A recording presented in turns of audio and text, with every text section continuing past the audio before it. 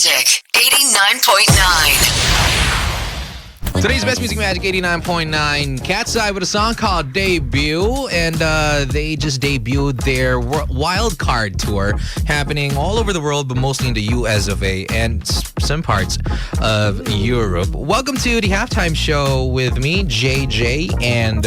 I'm still here, yes, JJ Anna. JJ Anna. And we're not alone. We are joined by two legends. Wow, bigatin. Tapos sila. Ladies and gentlemen, in the Magic Booth, we have Rayver Cruz and Julie San Jose. What's up? No, what's up? Kumusta kayo? It's so hot, pero medyo gloomy daw. Yes. Umulan ba? Or... Parang kanina nga medyo pa makulimlim eh. But it's sunny again. Yes, and we're very happy to be here. And correction, siya lang yung legend. Grabe, legend ka Ang lang. humble na tong dalawa. Actually, silang dalawa talaga yung legends. Ano eh? Yeah. Ayoko kasi banggitin to na para kasi baka tumanda kayo lalo. Bata pa lang ako. But it's true. Anyways, we are live on Facebook. That is at Magic899 page. So if you guys are in your cars and if you want to see their wonderful faces, siguro, ako na rin, including me, you can go to our Facebook Live or on Twitch. We are also live there. So let's start this off. Matagal na kayo. Ayoko na ganun eh. But like mainstays talaga kayo and your career has flourished for so long. And admittedly, marami kayong mga hits. And I just wanted to know, parang vibe check lang, how has 2026 been for you guys, career-wise and personal na rin? Sige. 2026, well, solid yung simula ng 2026 ko. Well, every year naman, masaya because syempre, I'm with her. And for me, yung nandyan si Julie pa lang, inspirasyon na siya for me. Boo! Yeah, so bonus na lang na may mga projects kami together like the Clash Teens this year and of course All Out Sundays and yung kanya-kanya naming work. And yun nga, kaya kami nandito kasi may music kami together na may sarili kaming music na gusto namin iparinig sa mga tao. Ganun din.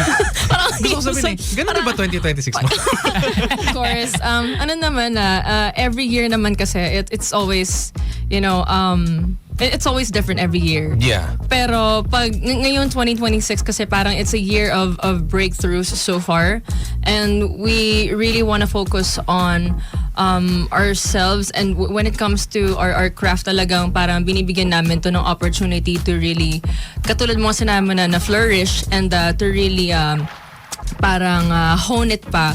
So that's why we release music. Oo. Yeah. Oo. Yes. And sobrang happy kami. And ako actually sobrang happy ko for Ray because this is the first time in a long time na nag-release ulit siya ng songs. So late last year, I released a song, a Tagalog song. It's called Simula. Parang yun ulit kasi yung song ko after like a long time ago. And then eto na naman. So meron naman akong bagong song. Yeah. And nakakatuwa lang din kasi parang para sa amin dalawa kahit like we've been together for how many years na, pero parang we still find ways to improve ourselves and our craft as well. Especially me kasi to be honest, talagang alam naman ng lahat, first love ko talaga is dancing. diba? So now, well, malaking inspiration talaga si Julie sa buhay ko kasi now, yung pagmamahal ko sa music and sa singing naman talagang, alam mo yung nanumbalik, and gusto ko rin kasi na matap yung version ko naman na, alam mo yun, yung singing part. Yeah, kasi love ko rin talaga yung music eh. So. Oo, tsaka, you know, I that's what I wanted to ask then, like, how have yung time you two together have not only like evolved yung the way you view music, but also the way na you view how you perform on stage or in private, ganyan? Has it been a way na,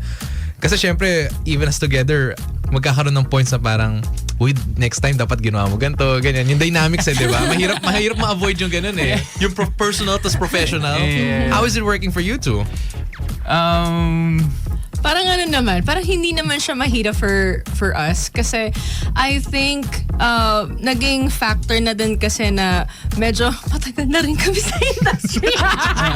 Wow, kayo din, the wala na ako ins and sinabi. outs of things. And well, sa akin din kasi, parang medyo matagal-tagal ko na itong ginagawa professionally, and the same goes with him din naman. So, I think talagang parang malaking bagay din yung magkaiba kami ng ginagawa. Like, magkaiba Yeah. kami ng like same ginagawa pero like magkaiba. Yung atake, Oo, ganun. yung atake. Like for example, ako ang strength ko talaga is singing, pero marami ako natututunan pa rin sa kanya.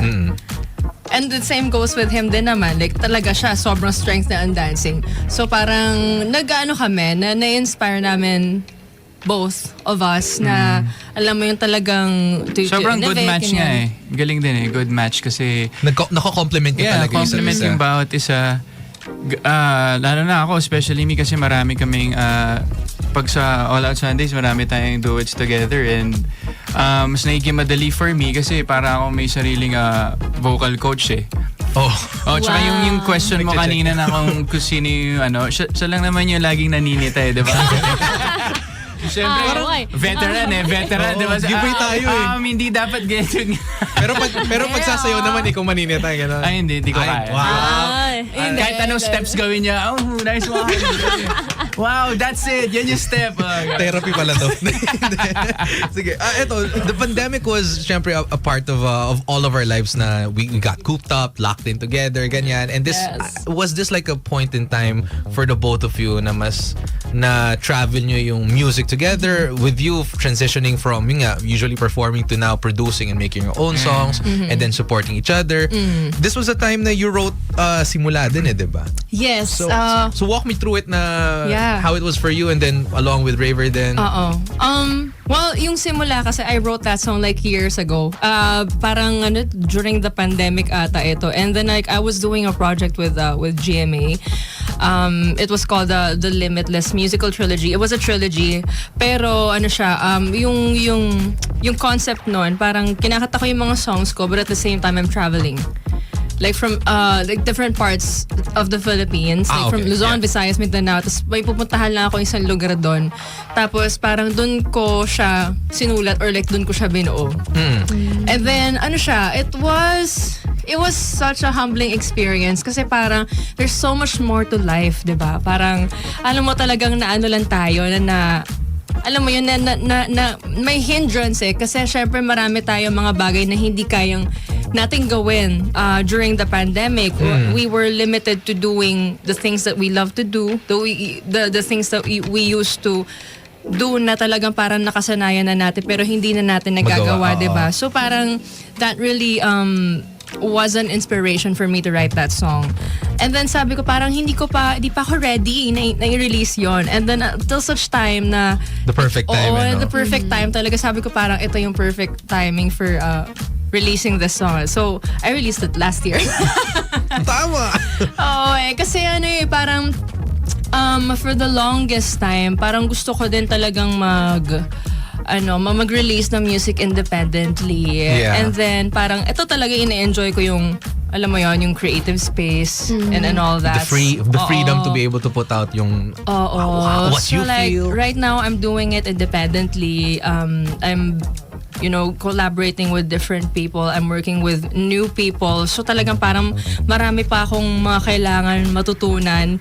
But at the same time, natutuwa ako kasi, alam mo yun, parang marami rin akong like, wow, nakikilala It's mga so tao. exciting din, oo. And same goes with Ray kasi alam ko na first time din niya to do this on his own. Yes. Yeah, nakaka-excite talaga. Actually, I wanted to know kasi yun nga, mentioned ni Julie na first time mo rin yung the way na you put yung instrumentals for this song, yung sa Dust of the Universe. Dust of the Universe. You're usually using talagang real, I don't wanna say fake instruments, diba? Pero organic na lang, sige ganon. Yes, totoong instrumento yan. Totoong yes. instruments. But in like, ngayon in times, gusto nila either mala EDM, synth, ganyan. I wanted to know like what was going through your head na you decided to go down this track. Actually, matagal na kaming nag-usap na, well, Dust of the Universe kasi it's written by my good friend and my mentor, Mr. Arnie Mendaros. And ang laking, kanina going back, naisip ko kasi malaking part din yung nung 3 years ago, 4 years ago, talagang first time kong na-inlove sa music and sa instruments. So, na-pick up ako ng gitara. And medyo late bloomer ako, pero 4 years, 3 years, mga running 4 years na. Nung pandemic pa, na talagang sobrang sabi ko sa sarili ko, ang sarap mag-gitara. Parang ito lang yung, minsan 5 hours na ako nagigitara Kahit for may straight. kalos-kalos na yun. no? Oo, as in yun yung na-enjoy ko talaga, and hanggang sa na-inlove ako sa gitara, nakaagitikan ko na. Nagagalit na nga to sa akin kasi kapag may, alam mo yung may bagong collection na. so kailangan, di ba? So, ayun, and then kinausap Napapasama ka patuloy. kinausap ko si Coach Arnie na sabi ko gusto kong gumawa tayo ng song together, and ayun, ito na yung Dust of the Universe. And pag narinig nyo kasi siya, nandun pa rin yung pagka-vibe ni Raver Cruz eh. So, Wow. makapag-groove ka pa rin na feel good yung song. Pero at the same time kasi yung lyrics niya medyo pang martir pa rin. Wow! Yan yung gusto mo mga Pinoy eh. Gusto nila masasaktan sila eh. Pero hindi mo masyado may isip kasi pag narinig mo yung song, mapapag-groove ka eh. Kasi nga may Raver Cruz Kailangan vibes formula siya. Kailangan nasasayawan mo pa. Tsaka, how there are songs like, parang masaya yung, yung vibe niya. Pero pagkatinig na mo yung lyrics, ang sakit pala. May Daming ganun ganyan. talagang kanta, no? Oo, hindi ko rin mag-gets. May mga Japanese songs nga, sobrang upbeat. Tapos pag tinranslate mo yung lyrics, sabi ko, hala, bakit siya depressed? Nakakalungkot Alam ko pala. isa pang ganyan si kay Bad Bunny din ata. Yeah. Pagka tinranslate mo. Actually, itong kanina yung I played DTMF. Siya, ang title pala ang direct translation, I should have taken more photos. Sabi ko, hala, ano pala? Pero gusto natin sa club sinasabi. music pala siya ganyan. So yung pala gusto mo. Sayo-sayo kayo tungkol to sa ganyan. Okay, one last question before you guys sing your songs. We're almost halfway through 2026. What is one milestone na you've achieved and at the same time you want to achieve by the end of the year? This year kasi marks my 20th in the industry. So, Aray! oh my God. Alam niyo kung bakit 20th? Kasi bata pa lang ako, nasa GMA na ako. Nagtatrabaho na ako. So I started at a very young age. That's why it's my 20th year. And I'm just so very grateful. Because, nandito pa rin ako ngayon. I don't know, it feels so surreal pa din kahit papaano. Kasi, alam mo yun, ang daming transitions, ang daming preferences na nag-iiba. Pero, just very, very grateful that I'm still here, that I'm still able to sing, that I'm still able to perform and write my own music, to be able to produce it, and contribute din kahit pa paano sa OPM industry. I'm just very happy that there are still who support me, especially my family, my friends, and Ray as well. Tsaka parang nasa point na kasi ako ng life ko ngayon na parang hindi mo na kailangan lang palagi may pinapatunayan kasi nakakapagod din yun, di ba? Yeah. Ayun, nakakapagod din kasi yun. Parang ine-enjoy mo na lang kung ano yung meron ka ngayon. Just, living in the present, enjoying, making the most out of it talaga. Oo. You don't want to lose what's in front of you di ba? Yeah. Nakaka-focus sa future, ganyan. You're losing what's the side in front of you. Kasi parang you just realize na the more you think about it, parang you're putting more pressure din sa sarili mo din. Yeah. Parang, I have to keep up, I have to do this, I have to do that, ganyan-ganyan. Pero sa totoo lang, ang mas nag-matter kasi talaga yung kung ano yung meron ka ngayon. Kasi most people look for the things that they don't have. Yeah. Or yung wala dito, diba? Oo. So yun talaga yung parang para sa akin lang naman yun. Ikaw ba, Ray? Same. Napakaganda ng Copy-paste. explanation. Hindi, siguro, wag na natin tanongin yung ilang years sa industriya kasi mas matagal. Kung matagal na ako, mas matagal pala siya. Kaya nga tuwag. Hindi, siguro for me, milestone to na after matagal na panahon, may sarili akong music, and sino ba mag-aakala na nandito ako ngayon sa Magic? Wow. Hindi, totoo naman Oo, Totoo nga. naman. ano rin to, dream come true din to na nagpo-promote ako ng sarili kong music. And siguro gusto ko pang magawa this 2026 is more music pa. More music pa para kumbaga ibang raver naman this year. So, yan. Okay. Manifestation is such a good thing. Yes. And if we manifest it, most of the time, 99% na natin. Well, 90 na lang. Kasi 10% nasa hard work yun. Oh yeah, of course. Ganun. Actually, parang baliktad Mga pala. 30. Oo. 70-30. 70-30. Oo. 50-50 na nga lang para safe. Ayun. Gina-manifest mo ang kuha natin yan. But for now, without further ado, ang unang kakanta, pangalan pala. Our first contestant. Our first contestant is none other than Raver Cruz with his song, Dust of the Universe. Here on today's best music, Magic 89.9. Perfection. Ang ganda. Very 2000s vibes. Yes, sir, yes, I sir. like it. Okay. Love it. Love it, no? On a scale of 1 to 10. Nag-judge agad. No, pero sige, Julie, on a scale of 1 to 10, what is your rating? 100. Let's go! Love your own. Love your own. No, 100 talaga. Oo. Hindi magbabago yun. Oh, diba? Ano ba yan? O, tignan naman natin score mo dito. Ay. Kay contestant number 2. Nako. Ang contestant number 2. We got Kung Ikaw Ay Bibitaw. Okay. Here on today's Best Music Magic 89.9. Grabe! Goosebumps. Oo! Grabe! 22 degrees daw sabi ng aircon, pero parang 17. Ang lamig! Grabe! O sige, Raver, anong rating mo? Grabe. 100 sa kanya kanina, sa'yo. Wala. Kasi for me kasi siya yung pinakamagaling na singer sa buong mundo. Saan ka makakarinig ng gano'n, di ba? Kala mo pinlay mo yung track eh. Oh, actually, Yeah. double Diba? check ko nga kanina. Sabi ko, teka, parang ito yung master ah. Parang ito yung master. Yes, grabe. Bata pa lang ako, Julie Ann Sanas. Ay, grabe! Wow! Oh, Nakaka-proud. Then, tsaka tinan mo naman, sobrang ibang klaseng talent ang meron si Julie kasi ang sakit-sakit ng song pero pag tingnan mo naman masayang-masaya yung love life niya ngayon. So, ganun siya ka-genius na songwriter and singer. Hindi ganun. Kaya mo yan. Hindi, I think siguro dahil kasi sa mundo ng songwriting, parang, di ba syempre kapag songwriter ka, matalas yung imagination mo or like you're putting yourself in a certain situation no matter what it is. Yeah. No matter what, like you're happy, you're sad, ganyan, you're angry or bitter, ganyan. I think that's the beauty of songwriting eh. Parang na-explore mo yung iba't ibang klase yung mga emotions eh. Pero alam mo nakakatawa nga eh kasi when I released this song, Tuloy, totoo ba? Oh my God! Totoo ba? Kasi... Oo eh. Pati ako napatext eh. Okay naman tayo, diba? May nagawa ba ako? Oo, may mali ba? Yan ba yung inubos ko pa rin May na cake? kasalanan ba ako? Wala naman akong ginagawa. Hindi, wala. Sayo ko nga eh. Hindi, tsaka mahal na mahal ko tong si Ray. Grabe, as in. Halata naman, di ba? Oo, di ba? Pero ito pa rin ba daw yung inubos daw niyang cake, no?